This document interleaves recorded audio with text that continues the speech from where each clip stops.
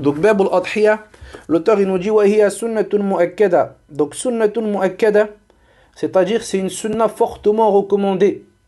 Et ça, c'est l'avis de Jumhur al-Ulama.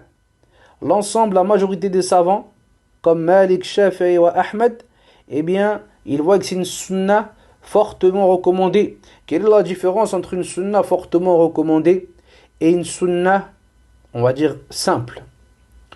Une sunna fortement recommandée, eh bien, celui qui la délaisse, il aura fait quelque chose de détestable, tant qu'il n'a pas d'excuse. On ne va pas dire excuse tant qu'il n'a pas une nécessité dans cela. Tandis que la sunna là-bas, c'est que si tu la délaisses, alors tu n'as rien sur tes épaules et tu n'as pas de blâme. Donc, il nous dit sunna mu'akkada. Al-Buhuti, justement, il nous dit que cette sunna-là, qui est le fait de sacrifier une bête pour ce jour de fête, eh bien, il nous dit, c'est une sunna que le nécessiteux, eh bien, il emprunte de l'argent pour pouvoir acheter une bête s'il n'a pas les moyens. Et il espère par là qu'Allah Azza wa Jal lui donne mieux encore par la suite.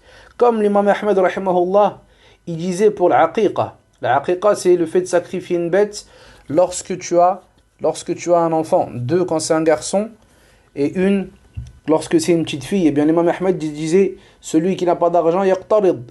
Il demande qu'on lui avance pour sacrifier, et Allah Azza wa Jal, il va lui rendre mieux par derrière.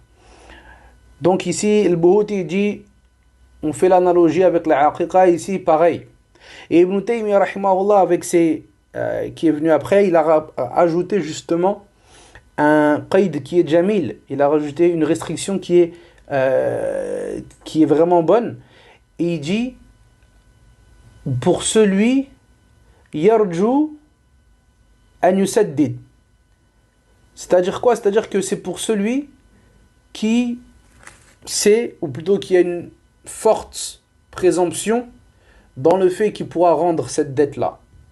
Par exemple, la personne, il sait que voilà, là, il est un peu en galère pour l'udhiya, c'est compliqué, mais il sait que dans 2-3 semaines ou dans 1 mois, eh bien, il y a de l'argent qui va rentrer, il pourra rendre sa dette. Tandis que celui qui a rien, et qu'il n'y a rien qui va rentrer, alors Ibn Taymiyyah, rahimahullah, il dit, lui, il rentre pas dans ce cas de figure. Wallahu a'lam.